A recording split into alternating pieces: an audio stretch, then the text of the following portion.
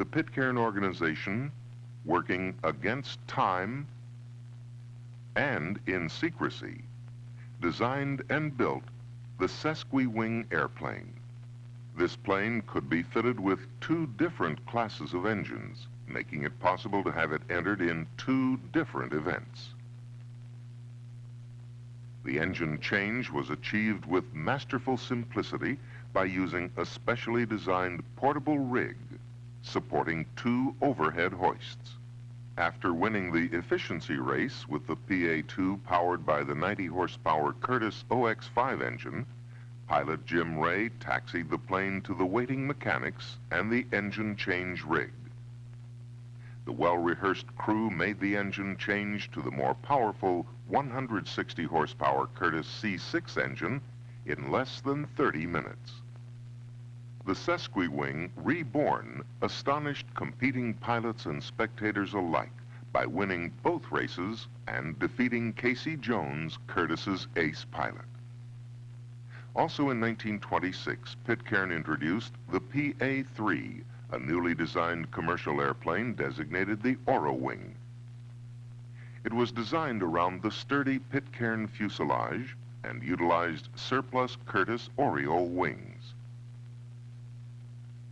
The PA-3 was powered by the OX-5 engine.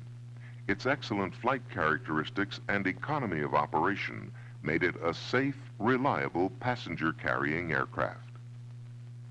The PA-3 was considered the Piper Cub of its day.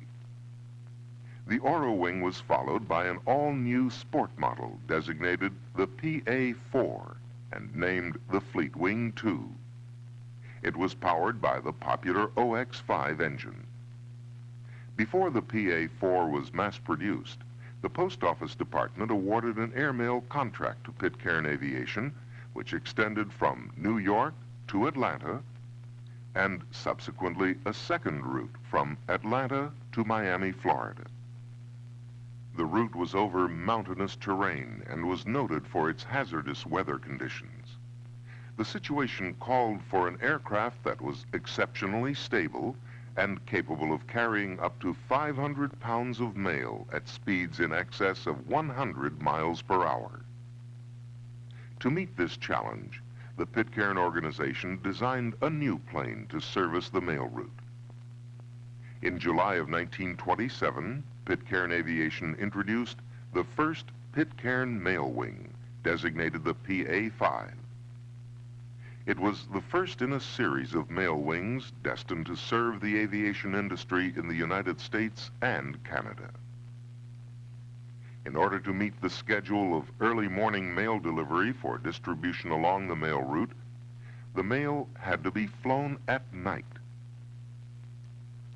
In preparing for night flights, pilots like Gene Brown not only faced the difficulties of flying in the dark with a minimum of flight instruments, but also had to contend with unpredictable weather conditions along the route.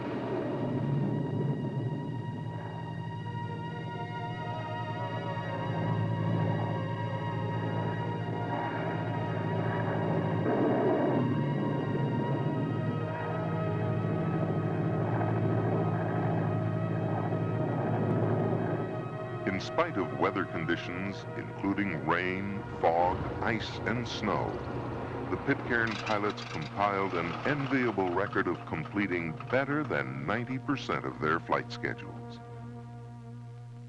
But these adverse weather conditions took their toll on both men and their planes through a series of tragic accidents.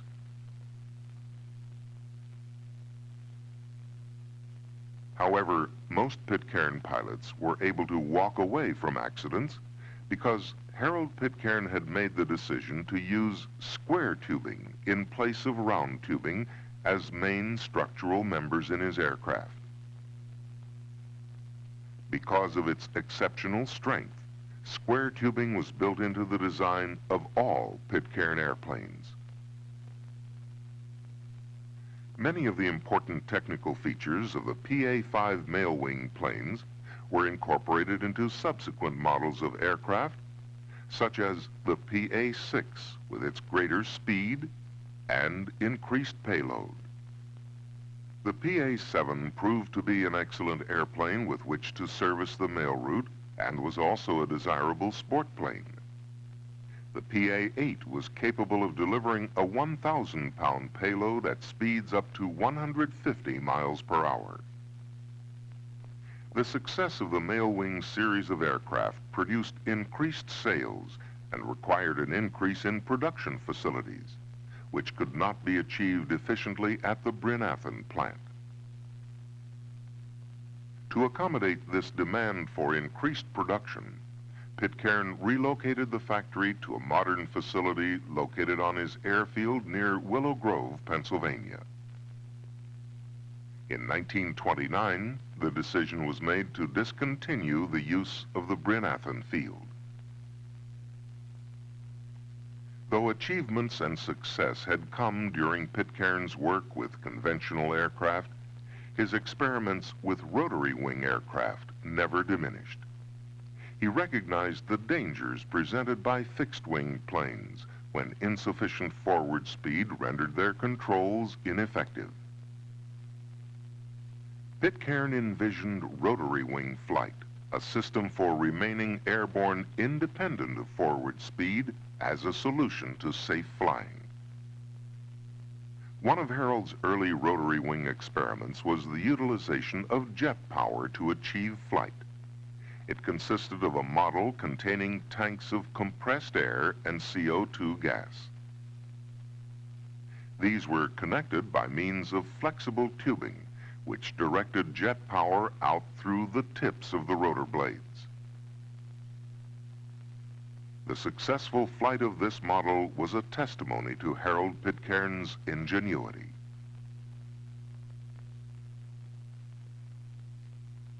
In Spain, another aviation pioneer, Juan de la Cierva, experimented with rotary wing models. By 1923, the Spanish inventor had made great strides in the development of what he named the autogyro. In view of these technical achievements in rotary wing flight by Cierva, Pitcairn traveled to Europe to study the inventor's experiments. Cierva's successes were based on a simple feature, the auto or self-rotating rotor.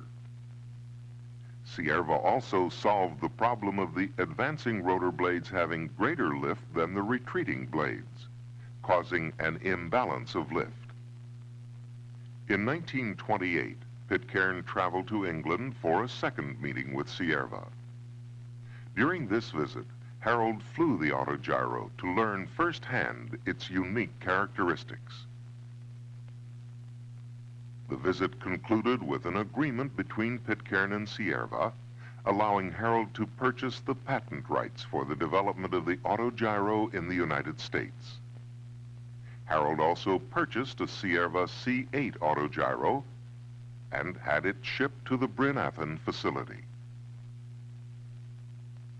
Pitcairn flew the first autogyro in America on December 19, 1928, 2 days after the 25th anniversary of the historic Wright brothers flight. The autogyro's flight characteristics provided proof of its inherent safety. It could take off at low speeds and perform smooth landings with little forward roll.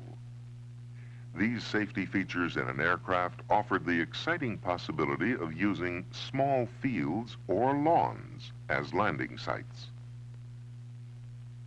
Though Cierva's development of the autogyro proved the feasibility of rotary winged flight, a series of physical and aerodynamic problems had yet to be solved. In spite of these difficulties, Pitcairn remained firm in his conviction that rotary winged flight had the potential of revolutionizing the aviation industry. With Cierva's guidance, Pitcairn spearheaded a research and development program to deal with these technical problems. At this point in his career, Harold was confronted with an important business decision. Pitcairn's fixed-wing airplanes were selling well. His airmail routes and airline service were operating at a profit.